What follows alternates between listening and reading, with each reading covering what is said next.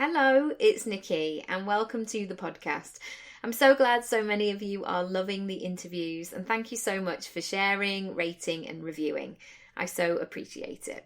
Anyway, I wanted to continue the conversation of success. So often we hear the extremes, don't we, of rags to riches, homeless to billionaire, sleeping on a random sofa to a blinged up palace. But what about the in-between bits? I know personally I have had many. How do you get from A to Z? But also, how do you get from A to B or F to M?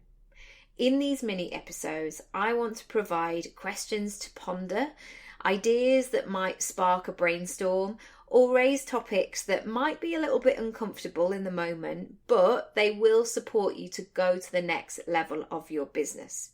As always, please come over to social media at Nikki Raby, and I'd love to hear your thoughts and breakthroughs. Okay, today I want to talk about membership sites and online courses.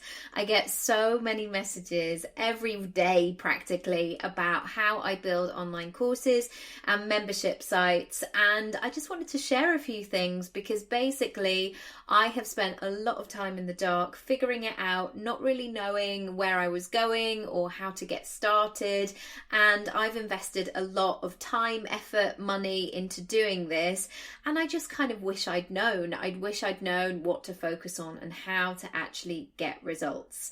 So a little backstory, I wanted to shake up the way that I worked. I knew that I could do one-on-one stuff, and at the point of sharing this, I probably coached over 1,000 people.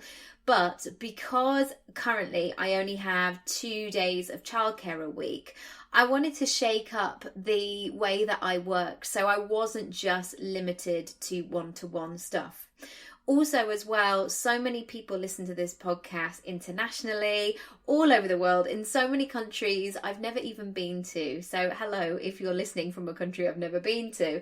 But I wanted to really grow my business, scale my business, and also provide value. Not everybody needs you one-on-one. And this was something that really helped me to try and get my head around this. Because when I was growing up, I always say it on the podcast, entrepreneurship, making it happen, doing what you love, none of these kind of buzz terms were around at that period of time. So there's been a lot of work in progress, let's just say. I'm actually going to be doing a full-on workshop on this in a couple of weeks. So feel free to go to nikkiraby.com/online events. It's in November. There's 4 events that I'm doing online in November. So if you want one of those tickets, please let me know. They are limited because you do get additional support one-on-one with me. So go and check them out and have a look. Okay, so I've broken it down into 10 points today, just to give you loads of value and things to get started with. So at this point, feel free to grab a piece of paper and a pen. You may want to take notes. And also just to say, I am not perfect at this. I haven't got it all sorted out. It has very much been a work in progress, but I want to share what I've learned so far. So number 1, I'm sure you know this already, but technology is really amazing. And maybe when you saw the title of this podcast, you were thinking to yourself, oh, this is not going to be for me. I could never do that. Or I'm just not very good. I'm not a techie person, or I can't imagine what I would use that for in my business. But the thing is, technology is changing and shaping and moving and shaking so quickly that it's really amazing what you can do. So I would just say at this stage is that don't rule anything out. There could be loads of different opportunities that maybe you don't even know exist yet. So I would definitely just keep an open mind, and believe me when I say technology is amazing. Number 2. So let's talk about time first and foremost, and why it can be complicated. So often I hear people saying, oh, that's something that I will do in 5 years' time, or I'm going to need at least a year to be able to bring that to life. However, It isn't that difficult, and I want you to believe me when I say this. And yes, of course, there's been a lot of sweary evenings with a bottle of wine trying to figure it out, and then running into the living room to Matty and go, oh my goodness, I did it, I think it's live, I think it's working, I think I've sorted the link. There's been a lot of toing and froing, but what I really want to share with you is not to make it more complicated than you maybe think it is. We can all put all of these barriers in place. I haven't got enough time, I haven't got enough money, haven't got the skills yet, that's something for later. So I want you to catch yourself, even when you're listening to this, and think, could I actually start to move forward on this? Could I take the first step? Could I make some notes around this? Could I even buy a notebook that is a place where I start to put my ideas? Then on the flip side of things, sometimes people do just say it's so easy, and overnight they were making 200 grand and they were doing this, this and this. It isn't that easy if you want to have good quality and you want to put a bit of time and effort in it. So people who are saying they're writing a book in a weekend, that is maybe not the kind of style that you want to go for.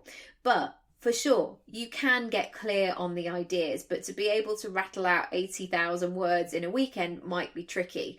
Likewise with an online course, in order to bring all of the components together, the marketing plan, the sales page, the actual content itself, how it's going to link to your bank, how you're going to get paid, it does take a bit of time and a bit of logistics as well, but it is completely doable. And I want you to know that I am no different from you. I don't have any more specialist skills in terms of technology. I don't have a kind of IT degree or anything like that. So I just want you to, again, be really open to these possibilities. Number 3 is all about starting with what you know. And I'm sure there will be some limiting beliefs that pop up. Often it is the way where already you start to talk yourself out of it and go, well, I'm not an expert, or well, I haven't been doing it that long, or maybe I don't know enough, maybe I'll wait, all of that sort of stuff.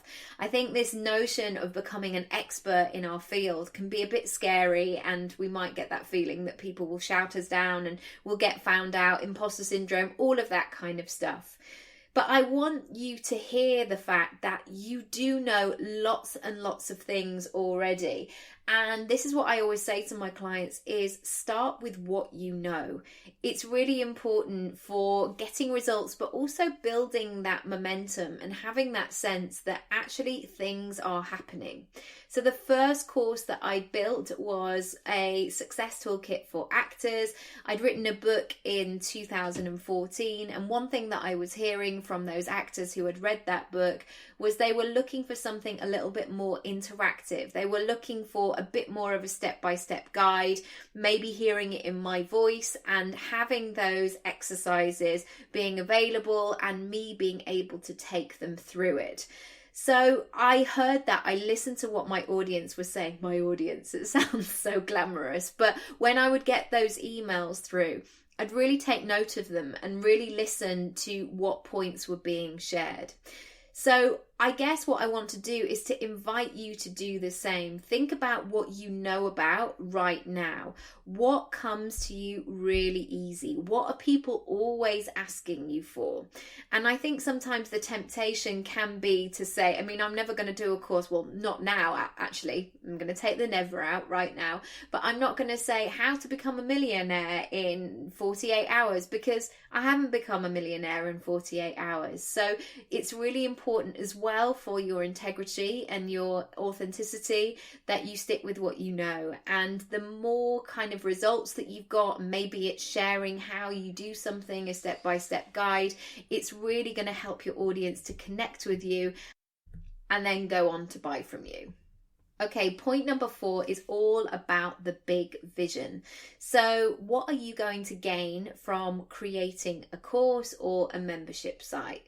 What is your underlying reason and your why for following this through? The reason that I ask this is that I'm sure along the way there will be many times where you just want to give up, or you're not getting results quick enough, or maybe you put your course out there and you don't quite get the response that you want. You have to know ultimately where it is that you're going to get to.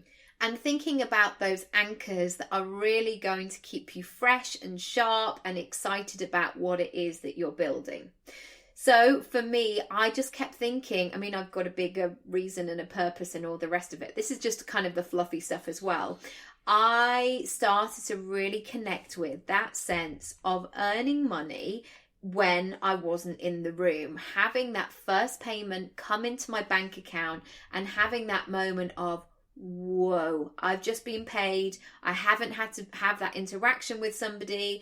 I've created something that somebody wants to buy and is excited about getting started on. So I really went deep into that visualization of really connecting with that and being excited about it.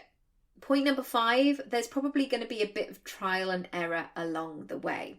And I kind of approach it from this sort of point of view, because although the temptation is to make everything perfect, everything beautiful, everything amazing, high quality, professional, yes, of course, you want all of those things. But I don't believe anybody who has put something out there has ever put something out there when it's 100%.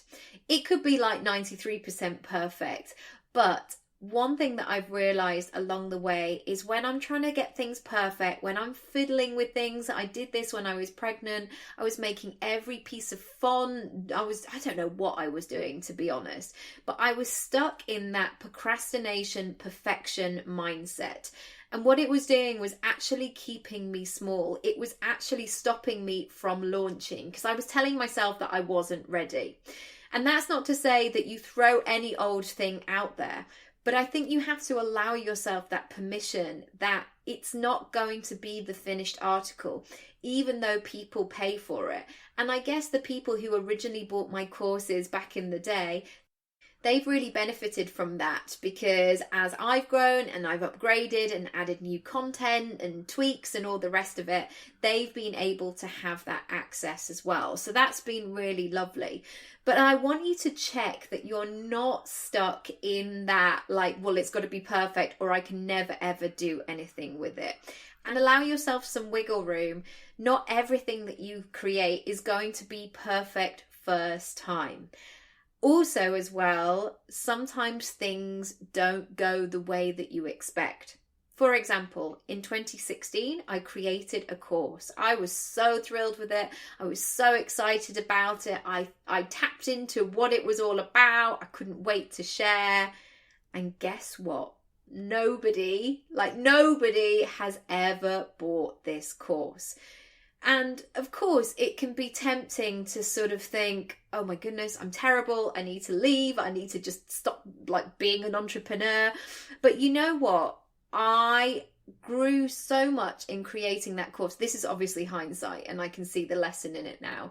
But I grew so much and I was able to take lots of that content and repackage it in a different kind of way and add it to subsequent courses.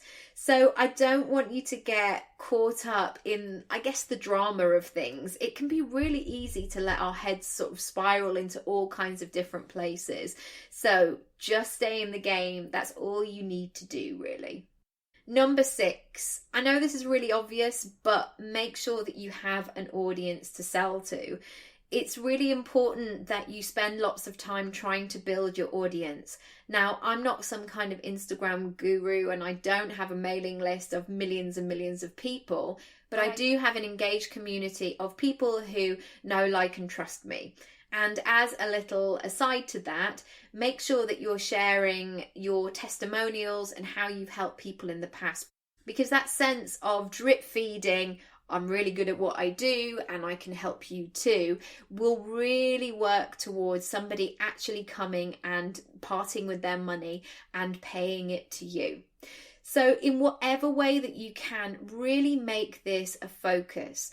And sometimes as well, those limiting beliefs might come up like, well, I'm not doing this to be popular, or I don't want people to think that I'm chasing the numbers and it's not about the numbers, it's about the engagement, all of that kind of stuff. But make sure that you're doing activities that are really starting to build your audience, that your audience is going to connect with. Because when it comes to that point of you pressing go or pressing live or publish, you've got a ready-made audience already and waiting to pay for things. So point number 7 is this little sort of cycle that I've noticed, which is research, deep breaths, check your intention, and then implement. So one stage I always start with is researching. So really thinking about what my audience want, what kind of areas I could talk about, what sort of topics would fit into this course, what would it look like, what's the customer journey, really going into detail in that brainstorming mode. Then often I need to take a deep breath, which is stage 2. Because at that point, I can get so overwhelmed thinking, oh my goodness, I've got all these things, I need to share them all. And suddenly it becomes like a 56 module course and it gets so crazy. So I think in that deep breath stage, you really need to hone down on what it is. Often we think more is more, but actually in terms of a course, less is more. So always feel free that you can pull back in that way. Take a deep breath, see what feels really good. That's going to come across when you're selling things, when you're putting yourself out there. If you feel really good about what you've created and you feel good about putting it out into the world, you're going to get that feedback. You're going to get that loop around where people are going to be driven to your site and excited about that. So make sure that you're taking lots of deep breaths and having that reflection throughout the process. Next, think about your intention. What is the end result that you want your customer or your client to gain? Sometimes we don't know the answer to that. So feel free to put yourself out there, to engage with your ideal customer, to ask questions, to build surveys, to listen to what's going on, and really know what your intention and your USP is. So what flavor are you bringing to the table in this? Because otherwise you can find yourself just regurgitating the same old stuff that everybody else is doing. And it's really important to hook in and connect with where you're coming from. And stage 4 of that is about implementation. So it's about building a plan. What I tend to do is reverse engineer the process. So I think about when I want to launch, as in all the content goes live. I think about when I want to start marketing it. I then think about, okay, so when do I need to have the content from? When do I need people to help me? When do I need to bring people in? And what does that whole picture look like? Then I write a master to-do list. And sometimes it can literally be like 581 things that I need to do. And of course, you can put subcategories on that, so it's not completely overwhelming. But really understanding what that picture is has been so helpful. It's really great for momentum and progress and feeling like you're actually doing it. And then what you can do is when you're in that flow of actually doing it, you can tell people, you can already start to say, oh, I'm building this course. I think you might be interested in it. Here's the link. You can join my waiting list, etc., etc. Number 8, keep things simple. I have such a tendency as a former pleaser to over deliver. Like, I want to give you the PDF, I want to give you the audio version, I want to give you the video version, I want to do this, this and this, and I want to add this additional thing. For me, it's always about being really clear and stripping back, because definitely more is not more. It is about making things easier for somebody. Somebody might be buying your course who is so short on time, and what they're actually paying for is that result. They need to know what you have to offer in however long it's going to take.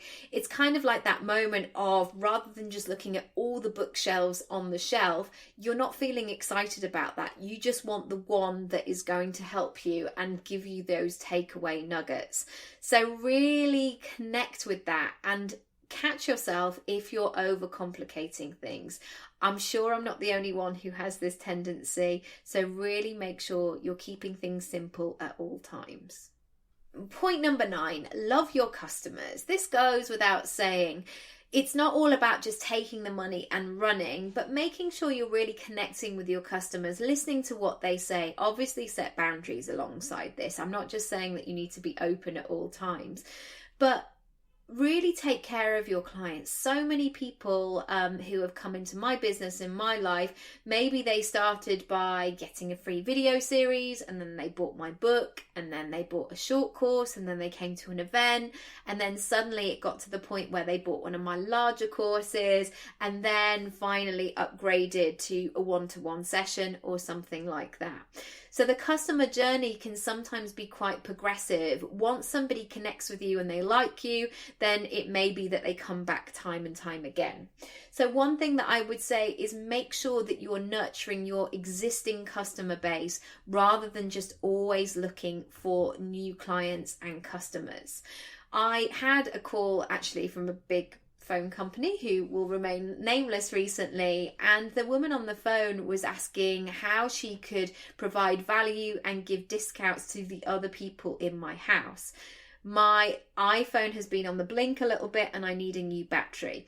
And when she was saying, you know, that stock thing of, is there anything else I can help you with today? I said, yeah, I would love a new battery if that's a possibility. Now, I wasn't being flippant or tight in this conversation, but the phone company that she was from, I've actually been with for 15 years. So I had a huge loyalty to them. I've given them a lot of money over time. But what she did immediately was to revert back to the new customers, how she could offer them if they ever wanted to buy an iPad or whatever. So really make sure that you are being kind and considerate and lovely to people who are already in your program, already in your world. And I think this goes against discounts as well. Really make sure that you're not undercutting people, or that sense of, yeah, buy now, it's £1,000 and tomorrow it's 800. You know, have a strategy that really reflects your integrity and your loyalty. It will serve you well, my friends. So I've got another little cycle to finish with, which is evaluate, learn, forgive, elevate. So when you've launched, when you come to the close, you know, if you're sort of closing at a certain point, really look at it and really assess what went on, what worked well, who your customer was, what maybe were the best ways of marketing something. Really connect and give yourself that time of evaluating. Really go into detail as well. Don't just get emotional about it and say, well, that was awful, or actually that was really great. See if you can back it up with data and evidence and actual facts about what went on. Number 2, learn. Be open to learning and moving forward in a way that feels really good. The first time that I ran my personal business brand booster, I was using some different technology. And there were elements within that I just thought, oh no, it's time to upgrade. This isn't as reliable as I want it to be. I need to do X, Y, and Z. And I learned a lot of things. And this links nicely to the third stage, which is about forgiving. So sometimes if you get a negative comment, or if somebody didn't get the link that they should have done, or somebody's having problems logging in, you can, if you're not aware of it, take it really personally, and it can lead you down quite a bad spiral of, oh my goodness, everybody hates the course, or I don't know how to move forward, or maybe I should just give up this whole thing. Basically, this is all part of the process. And although I haven't had it in a business course where somebody has asked for a refund, I know so many entrepreneurial friends who have had that case, who have had refunds or people requesting not to work with them anymore. And so many people say, actually, it's just part of business. How many times have you bought an outfit and then you get it home and you put the dress on and you're like, oh my goodness, why did I ever think this was going to look good, and it needs to go back? So one thing I would say is try not to take it too personally, even though it's a personal thing, even though you put your heart and soul and hard work and time and money and energy and all that good stuff into it. Make sure that you move very quickly between that learn, forgive, or forgive and learn, learn and forgive. And finally, as that point ends, think about how you can elevate it next time. So we're always looking to bring out the same thing. Now, again, what you might have is this temptation to go, right, okay, that's closed, that's done, what can I create next? And definitely I'm open to having all kinds of new and upcoming things and keeping things fresh and exciting. But you really don't have to reinvent the wheel. Can you imagine all the people who actually didn't see your course or your program and they really needed it? There are new people coming into your world all the time. I know when I see that on Instagram, when I've suddenly started following somebody and they'll occasionally do this, oh, I just wanted to do an introduction of new followers. Or equally, I've been following them for a while and then suddenly they mention something and I think, oh, I never knew that about them. I never knew that that's what they did. But that was old information that was maybe shared a year or two ago. So I want you to think practically about how you would elevate it next time and to always give yourself that benchmark of pushing forward, being excited and thinking about how you can serve your customers more. Anyway, I hope all of those 10 points have been useful, and if you do want to find out more, feel free to go to the online events section of my website, nikkiraby.com/online events, and that membership online course training is coming up in November. I'm going to be going into a lot more detail of packages, pricing, technology that I've used, big mistakes, how I've marketed it, how I've managed my boundaries, how I've been a leader in that big group of people and not gone mad in the process. I've got so much to share in that. So if you do want to join us, there are limited seats. Please grab one, nikkiraby.com/online events. And also what you can do is send in your questions in advance for that. So I will be able to share some personalized feedback, and also for a week afterwards, you get access to me. So you do have that accountability quality. I've mentioned it a lot before, that sense sometimes you buy the book or you go on the course or you go to the event and you leave all fired up and good to go and like, yeah, I'm gonna do it, and then you completely forget about it and it's just another thing that's shelved. So I really want to help you to maintain that momentum and be excited about it and actually make it happen. If you want to come and join the conversation, please come over to Instagram at Nikki Raby, and I'll see you very soon. Thanks for listening. Thank you so much for listening as always. If you do want to rate and review and subscribe over on iTunes or even share it with a friend, I would love it. Thank you so much for your support. If you want to find out more about me and how we can work together, please go to nikkiraby.com or connect with me across social media at Nikki Raby. I'll see you soon. Bye.